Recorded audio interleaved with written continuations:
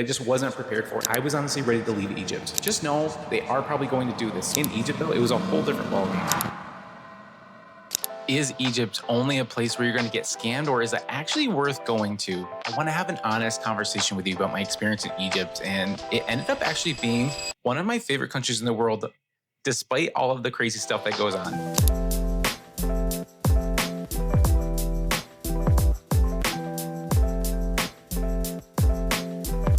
I was on my around the world trip this last year for about a year and a half, and I had always wanted to go to Egypt, Jordan, and Morocco, and I ended up doing these three countries all back to back, and honestly, it was a phenomenal experience.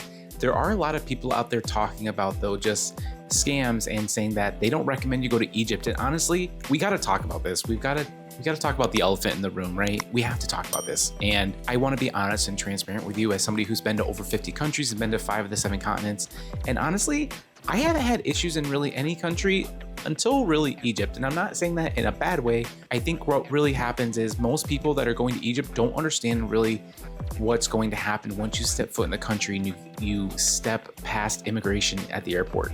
Because it just comes off a little rough, all right, and a little pushy, but I want to actually talk about this. So what are the issues that people run into in Egypt, and what are all these scams that are people talking about? So number one, the biggest issue you're going to run into in Egypt, especially if you're traveling alone and not with a tour operator, meaning you're not with a guide and you don't have a driver, which I absolutely 110% recommend. If you're going to Egypt, please do not go and just wander alone like you would in another city. And I would not rely on things just like taking Uber and going to the pyramids and just booking a hotel and just booking a random tour here somewhere. It's not going to go well. And so let's talk about this. The biggest thing you're going to run into is not knowing who is actually working at some of the sites, like the pyramids, the entrance to the museums, the attractions, and all of that. So you don't really know who is working there because let me just explain. There's no other way to say it other than just to say it. So when you go to, say, the pyramids of Giza, right, outside of Cairo, when you get to the entrance, you don't actually know who's working there. It's just kind of a cluster, you know what. And there's just people everywhere. So the minute you get out of your car, some people are even opening the door for you, which you don't even know who those people are. You're kind of swarmed with people. Just imagine the paparazzi right now seeing like the biggest celebrities that you know, right? Like Kim Kardashian and, all the people that are on TV and all that. So the paparazzi kind of like swarms you. You don't know who's working there, and you also don't know who is a guide and who's trying to sell you on something. No one's really wearing like a name tag that says, like employee of, the archaeological department or something. So you don't know who actually works there. And finding like the entrance to most of these places is actually difficult. So the main issue I would definitely say is you don't know who actually is you don't know who to ask. You can't even ask for help because people are just kind of swarming you. And so if you have a driver and a guide, honestly, they kind of act almost like private security in a weird way. So you need that person to basically guide you through the entrance to get you into where you're going. That's honestly the best part about having a tour guide and a driver. Someone there is going to basically get you through the entrance because you don't really know where the entrance is. Some of the entrances at these places, especially at the pyramids of Giza, it's not well marked. That building where you go through, where you scan your QR code on the ticket, there is no sign. It's in Arabic, but it's not in English. So just know it's very difficult and it can be easily overwhelming. And a lot of people get really frustrated because they're saying, well, I spent my whole life, I've wanted to go to Egypt, we're retired now, and I can't believe that there was no police and there was no organization. And honestly, it's just the way Egypt is. You're gonna have to just roll with it. I hate to say it, but you really need a tour company here. You need to work with a tour operator. You need to work with a driver. You need to work with a guide. I'm telling you, Egypt was something so completely different that I just wasn't prepared for. And I didn't really hear people talking about this. I heard people being aggressive with selling you stuff in the streets. That actually wasn't really an issue. The biggest issue for me was getting inside the entrance of the major sites because you don't know who's working there. Some people there are trying to be your guide when you didn't even ask for one. And you're just swarmed with people all yelling at you, trying to get your attention. It's just absolute chaos, especially at the pyramids of Giza. So take this as your sign from someone like myself who's been to 50 plus countries. Please, if you're coming to Egypt, you absolutely need a tour company. You need a guide, you need a driver, especially for the major sites. That's especially where you need them. They're gonna come in so handy. It's not that expensive. You're absolutely gonna have a way better time because they're gonna get you in so you can actually go and enjoy. So you're not there trying to figure out who to ask, like where to scan your QR code to like go in. That actually was really confusing and overwhelming. And that honestly, after a couple days of that, I was honestly ready to leave Egypt. The second thing that I was not prepared for when I went to Egypt was the fact that everyone that starts a conversation with you is probably trying to be your guide at the museum, the temples, the tombs, everything. Like, especially in Cairo, it was really, especially in Cairo and in Aswan when I went to like Philae Temple. The minute you walk into any site or attraction in Egypt, especially if it's a major tourist attraction, which of course you're going to though, right? You've been probably waiting your whole life to go here, right? You're going to the popular places because they're cool, right? I went there as well because they were cool. But the minute you step inside, like once you find your way in through the entrance, right? Like I just talked about a minute ago, you actually get in, someone's just gonna basically start conversation with you and catch you off guard, and you're not even gonna realize it. They're trying to be your guide, and then they basically walk with you, start giving you all this commentary that you may not have even asked for, and then you're like, oh no, it's okay, I'm fine. I'm good. You're putting your hands up, the body language, you're telling them no. They don't really take no for an answer there. So then they keep following you, and then they're basically reaching into your pocket and grabbing your wallet and asking for a tip. So basically everyone is going to start asking for tips for being your guide. Even though you didn't ask for it, you told them no, they're going to absolutely ask for cash. You have to really be prepared for this. And how do you prepare yourself? You work with a tour guide and a driver. You really need the tour operator, right? The assistance of someone in destination. So I did not do this, and it was honestly just a fiasco. The worst part of this was not just at the pyramids of Giza, but also if you haven't seen the Cairo Citadel is one of the most beautiful places to go inside and take pictures and videos. I've got a really awesome video. I was like doing all these fancy things and like turning my camera facing the ceiling and stuff. It's got all these lights suspended. It basically looks like a version of like the Blue Mosque, like the Hagia Sophia in Istanbul. It was really beautiful. Probably my favorite part of Cairo, honestly, was the Cairo Citadel, hands down. Plus then when you go outside the building, you've got this whole panoramic view of the city of Cairo, which is really cool. There's not that many places in Cairo that are up high because there's really, right, it's desert. It's mostly flat, and the pyramids are actually built up on like a hill.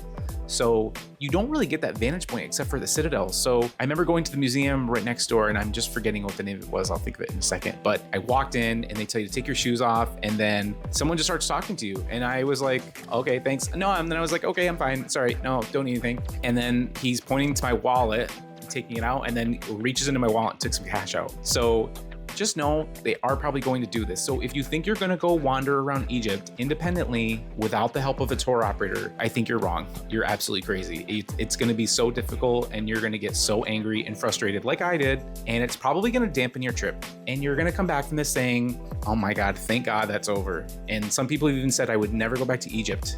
Now, the funny part about all this, right, is that it's now been a few months since my trip to Egypt, right? I'm here in Asia now. I'm in Thailand filming this. I was in Egypt for almost, like 2 or 3 weeks, I think, total. And then I went to Morocco, and then to Jordan, and then back to Thailand. But I appreciate it all now so much more. But I was so glad at the end of the trip that it was done. I was so ready to just be like, oh my God, I just couldn't handle it anymore. It gets to be so overwhelming so quickly. And so I know if you're watching this video, you're probably an independent traveler. You probably have taken a lot of trips for yourself, and you're just like, okay, well, it can't be that difficult, right? It's not the difficulty of doing things. It's so much that the culture there, like Egypt, for example, most of their revenue for the country is based on tourism. And I've realized this is actually a really not a great thing, because when it completely relies on tourism for everybody to make a decent living and tips, it forces everybody basically to start, being aggressive and asking for tips and stuff, and being your guy without even asking, right? We wouldn't do that in the US, right? That cultural thing, that's not how we would do things in the US at all, right? We're not very pushy. Like someone tells you no, you basically back off. It's okay. You just let them go. In Egypt though, it was a whole different ballgame. So if you're not prepared for this, you're going to probably get there, and then 1 or 2 days in, you're going to probably just say, you know what, I'm booking a flight and going back home because this is just crazy. So it is kind of crazy, but there is a way around this. Like I've said, you really do need to work with a tour company, and it's for that reason specifically. Okay, so the third thing that you should definitely be aware of, and I wouldn't really call it a scam, but you just have to really understand culture here and how people are going to interact with you, is people here don't really take no for an answer. And I kind of already mentioned this, but I want to talk about specifically in the really cool towns, which I loved, of Aswan and Luxor. So these are further down south from Cairo along the Nile River. There's a beautiful promenade, basically a boardwalk along the river. It's so nice. It would be nice and relaxing, but what happens is the minute you step out of your hotel, And if you're just wandering through town along the promenade, which of course you're going to go there, right? You're walking along the Nile River. The views are awesome. You can see the banks across. You can see the people on their little sailboats and stuff. It was super cool. It's super scenic. I loved it. I had some phenomenal photos and videos I took there. Talked to some nice people, some other tourists that were there, I think from Switzerland. There were some people there from, oh man, there were people there from all over the place, right? Egypt gets global tourism.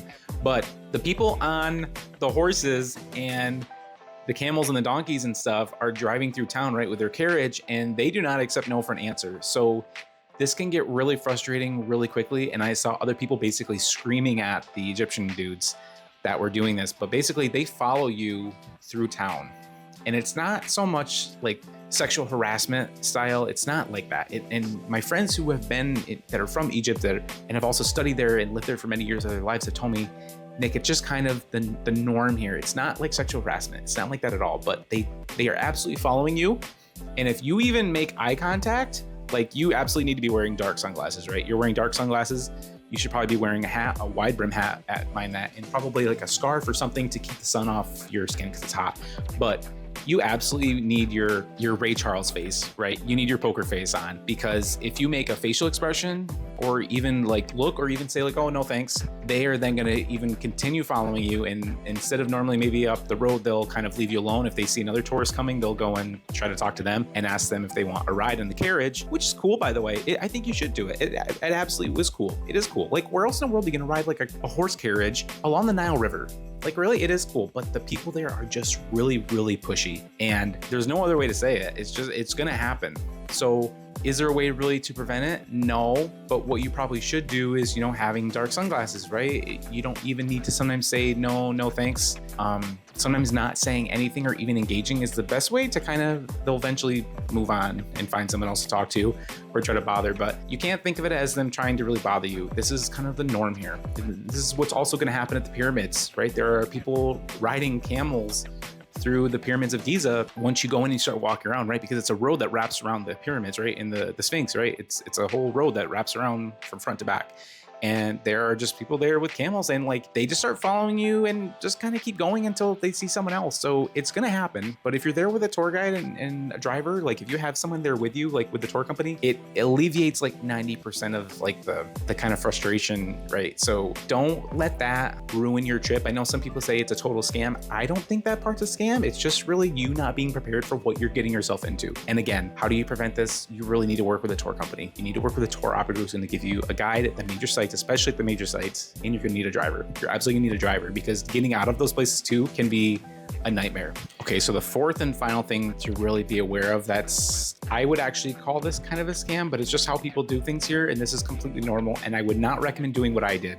So do not rely on just using an Uber or rideshare when you get here, especially in a city like Cairo.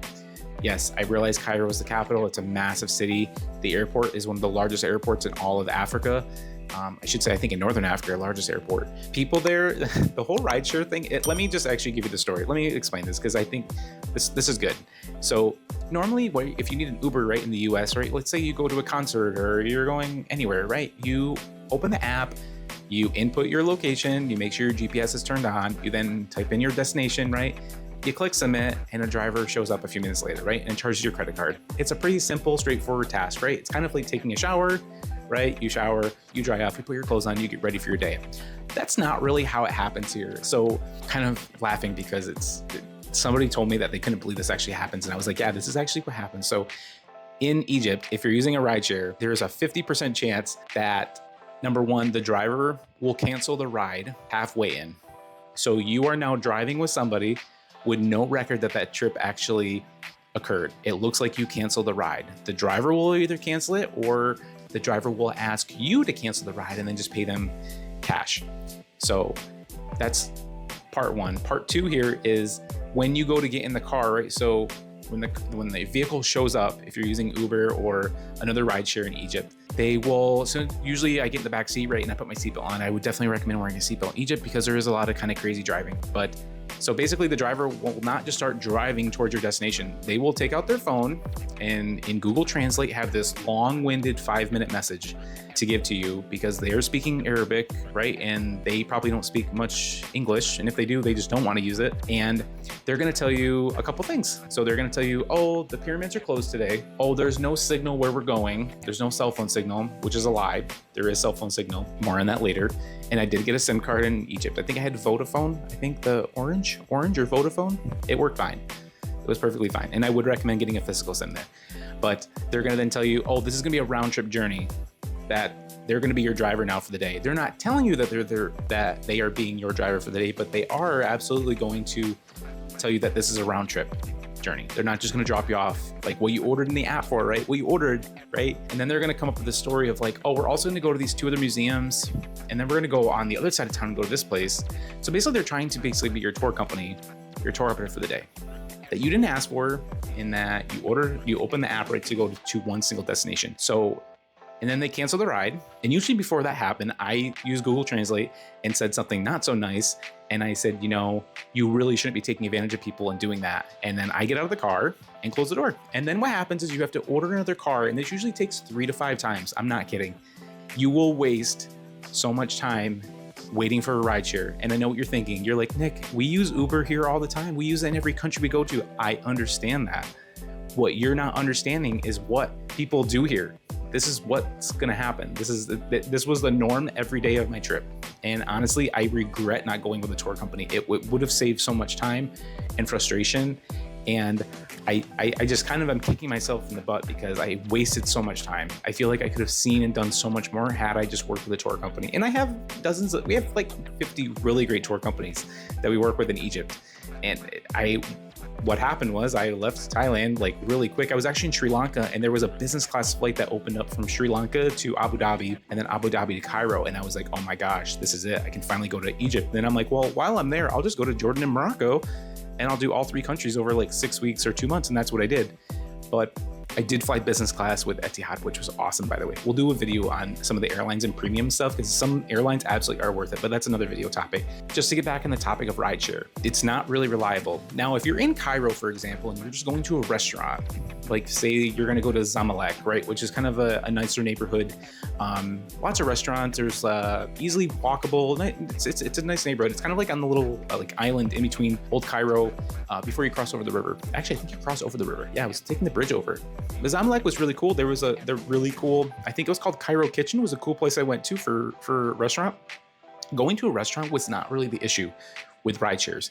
It was almost always whenever you enter in, when you're going near or to the major sites. And I don't know if that's part of it. If the drivers were just trying to like, you know, make some money, which I kind of understand that's really probably what they were trying to do, but it just wasn't reliable. It created such a headache. It was a waste of time. And then I had to like, you know how frustrating it is to order an Uber like 5 times? I was ready to kill somebody. And by the end of the trip, I was just like, get me out of Egypt. I was so over it. Like I spent a few days on the Red Sea, on the ocean. I was so glad. Like I needed those few days to rest and relax. So if you are going to Egypt, a major travel tip is definitely to go to the coastline and enjoy the Red Sea. The water there is crystal clear. We'll do a video on that later. But going to Egypt is just something else. Like there's no other way to put it. It really was just like another world. And I'm not saying people there are bad. I'm not judging them. I thought the food was phenomenal. Like really, I love Middle Eastern food. I love things like falafel and hummus, shawarma, all the Egyptian bread. Oh my God, you guys, if you haven't had the Egyptian bread, I don't know what you call it. It is phenomenal. And it's almost kind of like a buttery cream cheese. Oh, it's so good. Now I'm gonna have to go find an Egyptian restaurant here. But Egypt is something else. And I don't want you to listen to this video and decide not to go to Egypt. I want you to go to Egypt. It was cool. And now it's been almost 5 months since I was there. 5 months, I was there in April. What are we now? Yeah, it's almost been 5 months or so. Honestly, I'm realizing I got to see so many cool things that people have waited their whole lives. And some people I know never even got a chance to go. They either passed away or their health was not in good shape. They couldn't do it. And so it is worth it to go to Egypt. I absolutely recommend still going, but you just got to understand what you're going to get yourself into. It just was wild and crazy. That's the best way. It was like the Wild Wild West. Like it's crazy how much security is at the airport. But once you like step out of immigration and stuff like that, it's just it's a circus. Like it is really kind of a circus. But I will say though, I did meet lots of really friendly people. In addition to the people that were trying to always ask for tips, always taking money, you know, etc. it was a good experience, but I definitely would not go and just wander by myself. So if you found this video helpful, do me a huge favor, click the like button, click subscribe, and send this video to a friend that you know might be thinking about going to Egypt, so that way they don't make the same mistakes that I made. So I will see you guys in the next video.